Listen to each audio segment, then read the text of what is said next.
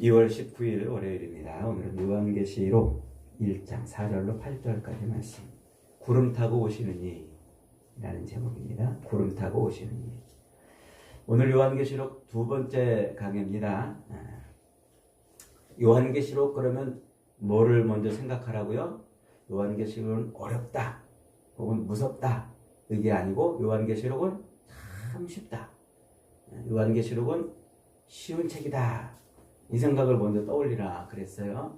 요한계시록은 굉장히 친절한 책이에요. 아주 쉽고 우리에게 정말 이 믿음의 도리에 대해서 아주 잘 설명해주는 아주 친절하고 쉬운 책입니다. 이 요한계시록이 어렵다 혹은 무섭다 이런 말은 사탄이 만들어낸 거짓말이에요. 우리 성도들을 미혹하게 하려고. 그래서 한국교회 성도들이 요한계시록을 잘 못 떠들어 읽어요. 이게 어려우니까, 어렵다고 생각을 하니까 못 읽는 거예요. 그러나 요한계시록은 너무 쉬워요. 너무 친절한 책이에요. 오늘 우리가 이제 요한계시록을 앞으로 계속 읽어갈 텐데, 이 요한계시록은 누구의 책이라고 그랬어요? 누구의 계시? 예수 그리스도의 계시란 말이에요. 요한이 계시한 게 아니라 예수님의 계시예요. 예수님이 우리에게 말세에 될 일, 그 말세에 될 일을 뭐 비비 꼬아가지고 막 어렵게 해가지고 우리에게 주신 게 아니라 말세에 될 일을 환하게 미리 보게 하려고 우리에게 주셨단 말이에요. 이것을 말세에 막 이것을 누구도 이해하지 못하게 눈이 떠져 있는 사람만 이해하게 이렇게 비비 꼬아가지고 뭐 전문가들만 학식 있는 사람들만 이해하도록 우리에게 주셨다면요. 이 요한계시록은 우리에게 아무 의미가 없는 성경이에요. 굶주린 사자처럼 사탄이 그렇게 산길탈을 찾아다니는 이 말세에 믿음을 지키며 살 수 있도록 주신 책이 바로 요한계시록이란 말이에요. 하나님은 말세를 사는 성도들에게 뭘 주시려고요? 평안과 소망을 주시려고 그래요.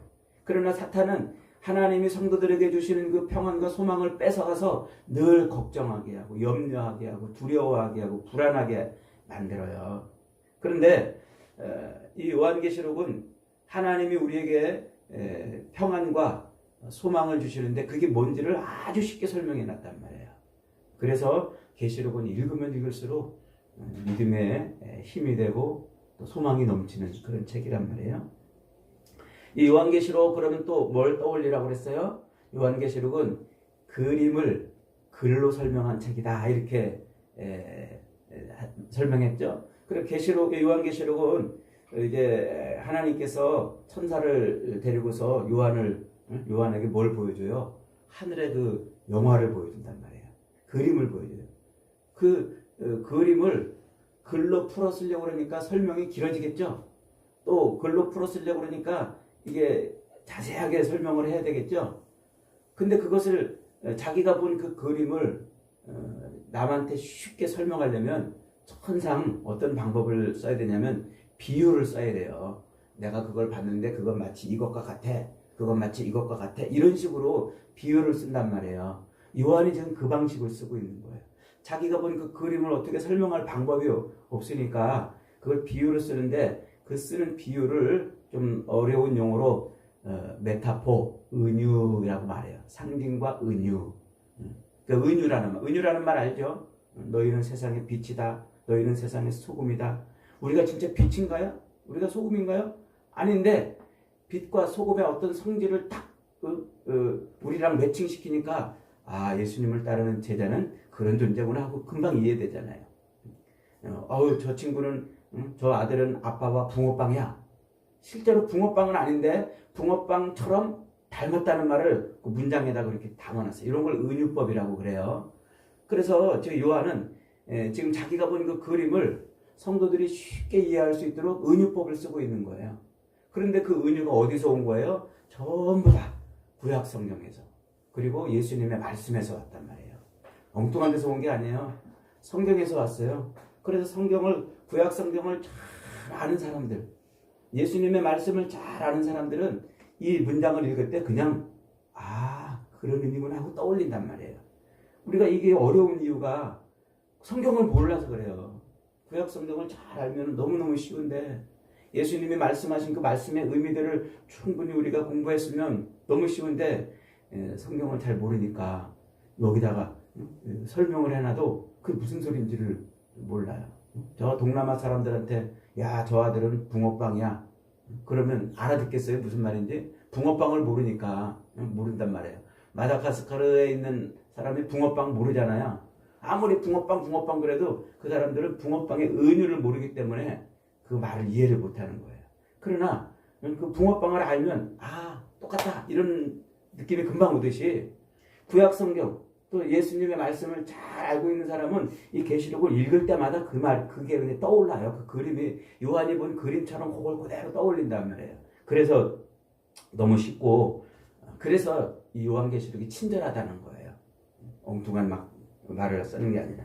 그런데 그 2단, 3단들은요, 이 요한계시록을 해석할 때 그 구약이나 예수님의 말씀이 말하고 있는 그 은유를 갖다가 이거를 쫙 이렇게 보도록 안경을 씌워줘야 되는데 세상에 있는 표현들, 그런 걸 갖다 이걸 설명해요. 자기가 또 상상해서 대해서 만들어낸 설명들을 가지고 이걸 설명해요. 그러니까 막 공포소설이 되고 무슨 이상한 그런 표현들이 되는 거예요. 그래서 그런 설명은 들으면 들을수록 알 것 같으면서도 어려워요. 알 것 같으면서. 그 요한계시록 설명하는 그 유명한 사람들 설명 들어보면요. 알 것 같으면서도 어렵잖아요. 그게 그런 이유예요. 전부 성경에서 그대로 갖고 온 것이라는 것을 알면 너무 쉽습니다. 오늘 본문이 이렇게 시작합니다. 4절 앞에 부분만 있습니다. 요한은 아시아에 있는 7교회에 편지하노니. 그러니까 지금 7교회에 보내는 편지가 지금 요한계시록이에요. 근데 7교회가 어디 교회입니까? 2장과 3장이 나와 있죠. 에베소 교회, 서머나 교회, 버가모 교회, 두아디라 교회, 사대 교회, 빌라델비아, 라오디게아, 이게 이제 7교회의 편지를 보내요. 지금 저 터키의 그 중서부에 있는 교회들이에요. 그런데 그 당시에는 이 소아시아, 그 터키 중서부에 요 7교회만 있었을까요? 아니에요. 여러 교회들 많이 있었어요. 바울이 편지를 보내는 골로새 교회도 있었고요. 또 그 옆에 라우디기아 교회도 있었고 히에라볼리 교회도 있었고 또 최초로 선교사를 판송한 이 안디옥 교회도 있었고. 그러니까 이미 그 당시에 이 다른 여러 교회들이 있는데 왜 콕 집어가지고 7교회만 말하고 있을까요? 이게 지금 굉장히 중요한 의미예요. 이 7이라는 숫자의 의미가 있기 때문에 그래요. 유대인들은요, 이 7이라는 이 숫자, 7뿐만 아니라 숫자에는 전부 어떤 의미가 담겨 있다고 봤어요. 그래서 숫자를 쓸 때 전부 어떤 은유를 내포하고 쓰고 있어요. 그래서 이 7도 지금 은유를 내포하고 있는 거예요. 무슨 은유? 완전함, 충만함, 온전함, 이런 전체를 말할 때 7, 완전하다 말할 때 7, 또 충만하다 말할 때 7이라는 수를 유대인들은 썼단 말이에요. 이게 어디서 왔을까요? 이게 유대인들이 그냥 만들어낸 게 아니라 그들은 성경을 붙들고 사는 사람들이잖아요. 저 앞에 창세기 1장, 2장에 가면은 하나님이 천지 만물을 창조하시고 제7일째 안식하시잖아요. 그때 이 안식했다 이 말은 단순히 쉬었다 이 말이 아니라고 그랬죠. 창세기 강의할 때 충분히 설명을 드렸어요.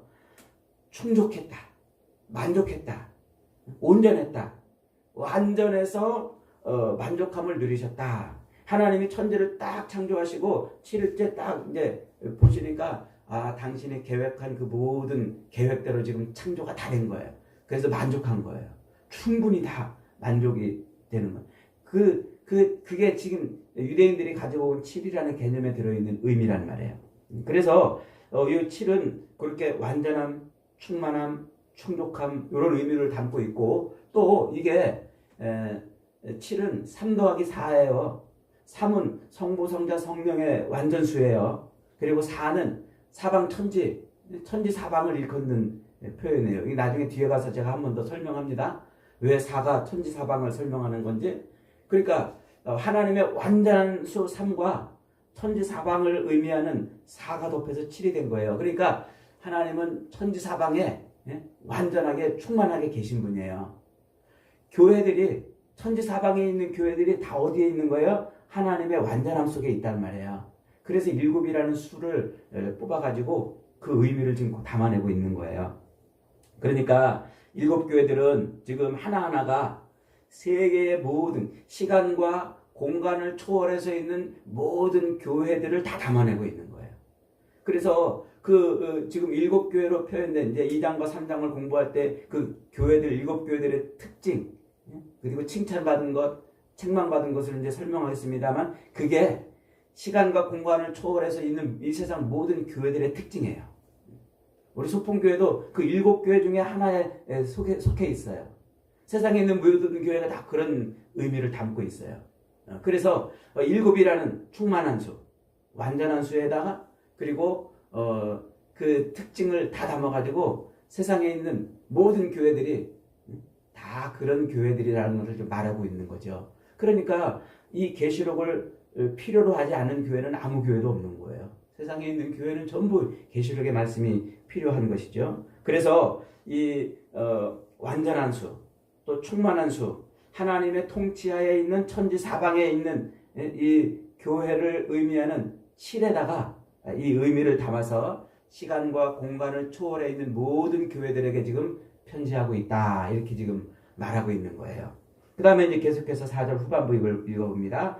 이제도 계시고 전에도 계셨고 장차 오실 이와 그의 보좌 앞에 있는 7영과 이제 요 이제도 계시고 전에도 계셨고 장차 오실 이 그러면 떠오르는 분이 누구예요?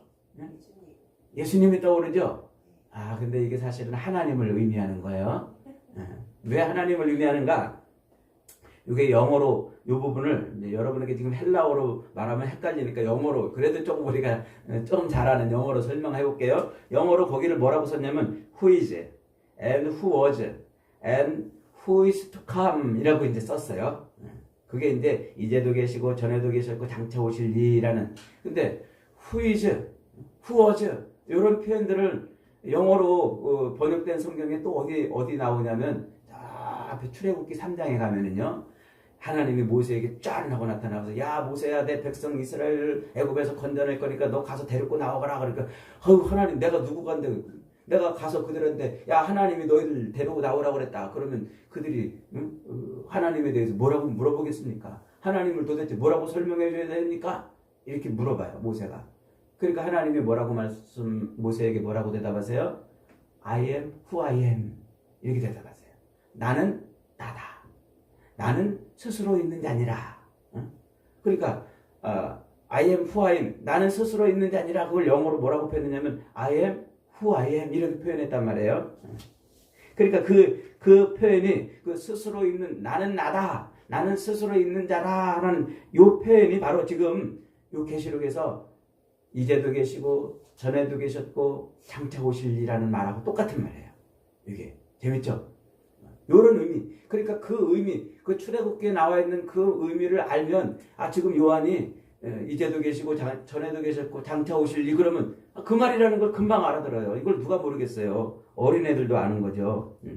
이 표현이 그 출애굽기에 나와 있는 나는 나다. 이제도 계시고 전에도 계셨고 장차 오실이라는 이 표현이 언제 또 한 번 등장하냐면 이사야 41장부터 44장에 등장해요. 하나님이 이제 이사야 선지자를 통해서 이스라엘 백성들을 이제 구원해 내시겠다. 너희들이 그렇게 막 말도 안 듣고 나를 배반하고 그래서 내가 너희들을 심판할 거야. 그리고 온 세상을 심판했을 때 그 중에서 너희들을 골라서 내가 구원할 거야. 그 약속을 주시는 게 이사야 41장의 예언이에요. 그때 41장 4절만 제가 한번 읽어봅니다.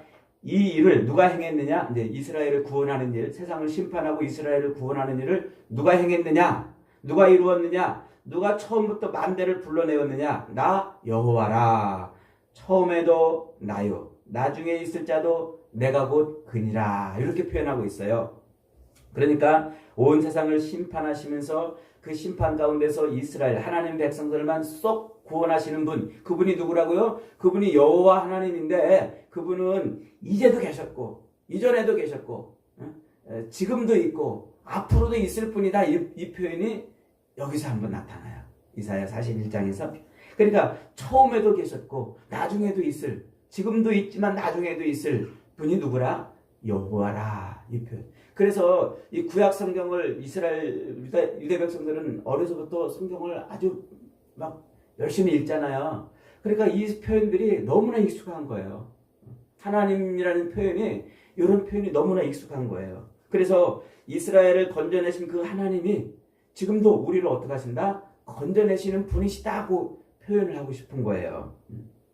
그래서 그 하나님으로부터 이제도 계셨고 전에도, 이제도 계시고 전에도 계셨고 장차 오실 그 하나님, 구약 성경에 이미 이스라엘을 구원하고 자기 백성을 반드시 구원해내시는 그 하나님, 그분이 너희에게 뭐를 주신다? 은혜와 평강을 주신다고 지금 말하고 있는 거예요. 그 다음 절에, 그 다음에 그 보좌 앞과 7영과 그랬죠. 그 보좌 앞은 하나님의 그 우편을 상징하는 것이죠. 그리고 7영 그랬어요. 7영. 여기 또 7이 나왔네요. 7은 무슨 수? 완전한 수, 충만한 수 그랬죠. 그러니까 지금 완전한 영, 충만한 영이라는 뜻이에요. 완전한 영, 충만한 영. 근데 이 7영을, 이 7이라는 숫자의 의미를 잘 모르면, 7영은 뭐 천사가 어쩌고 저쩌고 막 이렇게 해석을 해요. 그래가지고 뭐 그 7영 그러면 뭐 천사도 있고 또 악한 영도 있고 막 그래가지고 이런 식으로 또 설명을 하는 계시록 때 제가 봤어요. 그게 아니고 지금 누구를 표현하는 거예요? 완전하신 성령 하나님을 의미하는 거예요. 이게 어디서 나오냐면요, 저 앞에 이사야 11장 1절로 2절에 가면 이런 표현이 있어요. 많이 들어봤을 거예요. 제가 읽어봅니다. 이새의 줄기에서 한 싹이 나며 그 뿌리에서 한 가지가 나서 결실할 것이요. 그러니까 다윗의 그 왕위가 이어질 그 이새의 뿌리에서 한 싹이 난다고 이제 그 예언을, 이사야 예언을 주는 거예요. 예수 그리스도의 탄생을 예언하는 거라고 그랬죠. 그 2절에서 뭐라고 말하냐면 그 위에, 그 이새의 뿌리에, 그 위에 여호와의 영, 곧 지혜와 총명의 영, 모략과 재능의 영, 지식과 여호와를 경유하는 영이 강림하시리니, 그 메시아로 올 때 그 메시아 위에 여호와의 영이 임한단 말이에요. 지혜의 영이 임하고 모략의 영이 임하고 재능의 영이 임하고 지식과 여호와를 경유하는 영이 임해요. 그렇게 7번 여호와의 영을 7가지로 설명해요. 7로 설명한단 말이에요. 완전한 영이란 말이에요.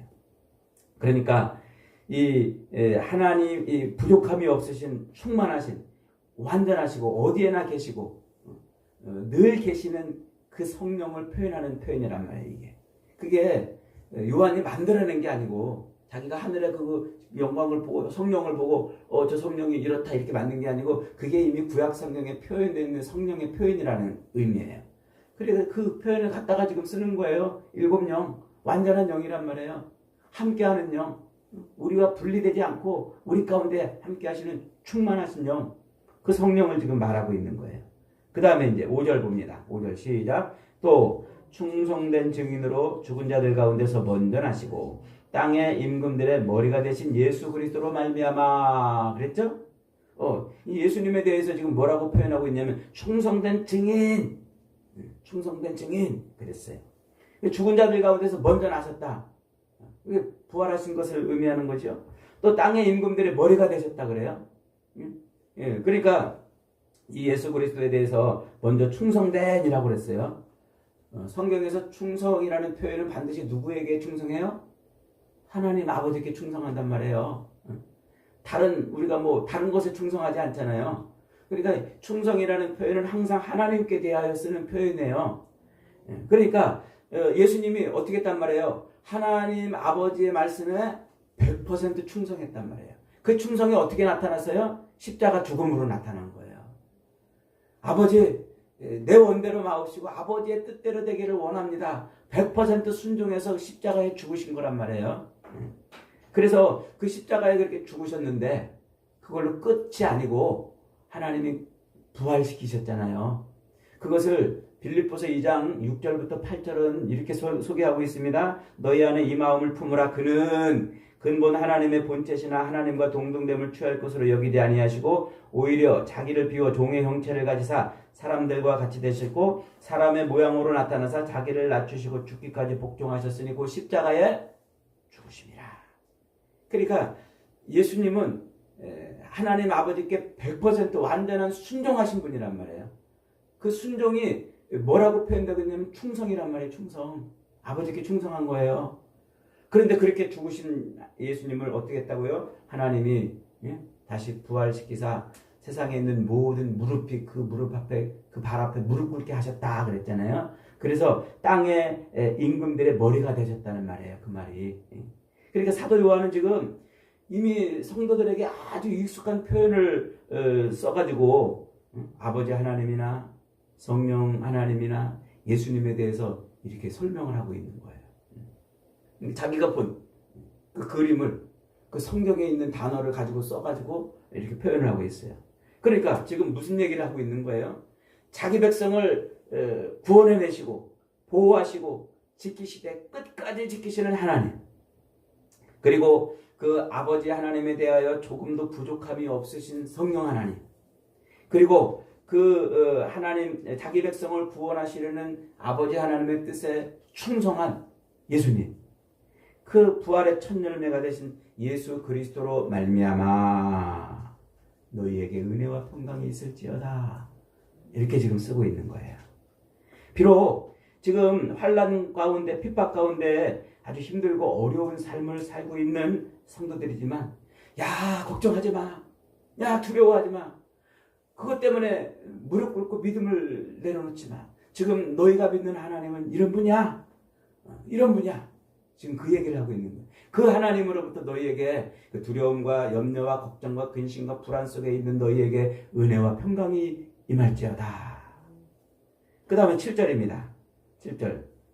볼지어다 그가 구름을 타고 오시리라. 각 사람의 눈이 그를 보겠고 그를 찌른 자들도 볼 것이요 땅에 있는 모든 족속이 그로 말미암아 애곡하리니 그러하리라. 아멘.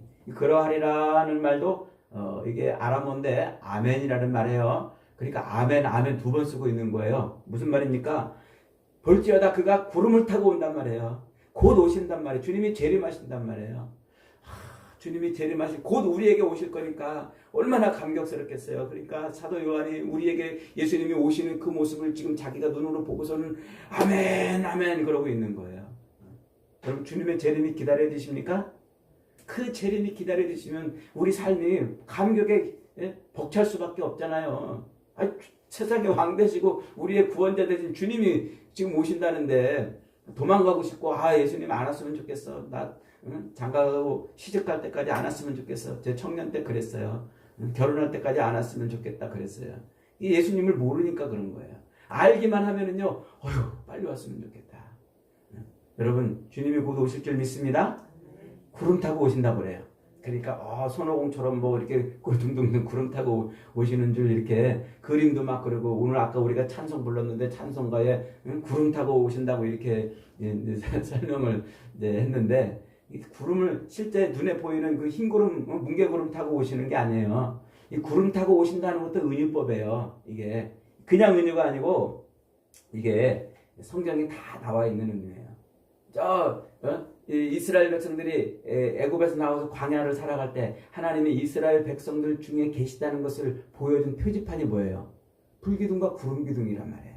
텐트를 치고 그 한 300만 명 되는 그 많은 인구가 광야로 쏟아져서 텐트를 쳤는데 그 넓이가 어느 정도 되냐면 서울시 면적의 3분의 2 정도 된다잖아요. 그 텐트촌이. 거기 한가운데 성막이 있어요. 이게 그냥 반반한 평지도 아니고 막 울퉁불퉁하고 여기 계곡도 있고 저기 언덕도 있는데 어디에 그 성막이 있는지 어떻게 알아요? 근데 하나님이 그 중에 계시다고 뭘로 보여줬어요? 구름 기둥과 불 기둥을 띄워서 그걸 보여준 거예요. 그래서 어디에 있든지 하나님이 계시구나. 하나님이 계시구나. 그게 구름의 의미예요. 하나님의 임재하심. 그래서 모세가 이제 시내산에 올라갈 때 구름이 빽빽하게 임하잖아요. 하나님이 임해 있는 상태란 말이에요. 하나님이 임해 있는 상태. 그 솔로몬이 성전을 봉헌해요. 솔로몬 성전을 다 만들어서 성전을 봉헌하는데 그 봉헌할 때 그때 어떤 일이 벌어져요? 그 성전에 구름이 빽빽하게 임했어요. 하나님이 거기 지금 임해 있다는 거예요. 그렇게 구름이 하나님의 임재와 영광을 보여주는 그 표시, 그 표시를 다니엘서 7장에 가면은요, 다니엘이 예언을 하는데 자기도 다니엘도 본 거예요. 뭘 보냐면 구름 타고 인자 같은 이가 오신다 이렇게 표현해요. 그게 구름 타고 오신다는 표현이에요. 그러니까 하나님의 임재하심과 하나님의 영광을 입고 오는 표현이란 말이에요. 이게 예수님이 재림할 때 그냥 둥둥둥 손오공처럼 구름 타고 오는 게 아니라 온 세상을 가득 채운 하나님의 임재하심, 충만하심, 하나님의 그 완전한 능력을 입고 오신단 말이에요. 그러니 그분이 그깟 마귀들의 그 장난질을 제거하지 못하겠냔 말이죠. 환난과 핍박으로 염려와 걱정으로 두려움과 근심으로 있는 너희들 걱정하지 마. 두려워하지 마. 우리 주님이 그렇게 오실 거야. 그렇게. 여러분이 믿고 있는 예수님은 어떤 분입니까? 그저 겨우 이 땅에서 우리의 먹을 것, 마실 것, 입을 것 달라고 그러면 주시고 이 땅에서 승승장구하도록 살게 하신 그런 분이 아니세요. 주님은 이 땅에서 세상에 주는 염려, 세상에 주는 걱정, 두려움, 불안 이 모든 것들로부터 우리에게 평안을 주시는 분인 줄 믿으시기 바랍니다. 그분은 하나님의 영광을 입고 이 땅에 오세요. 우리 가운데 오세요. 그분이 저와 여러분을 반드시 구원해내시고 삶의 능력으로 함께 하십니다. 오늘도 그렇게 우리 가운데 임재하셔서 반드시 다시 오실 그 영광으로 충만한 그리스도 예수님으로 말미암아 저와 여러분의 삶이 기쁨과 기대와 벅찬 감동이 있으시기를 주님의 이름으로 축복합니다. 함께 기도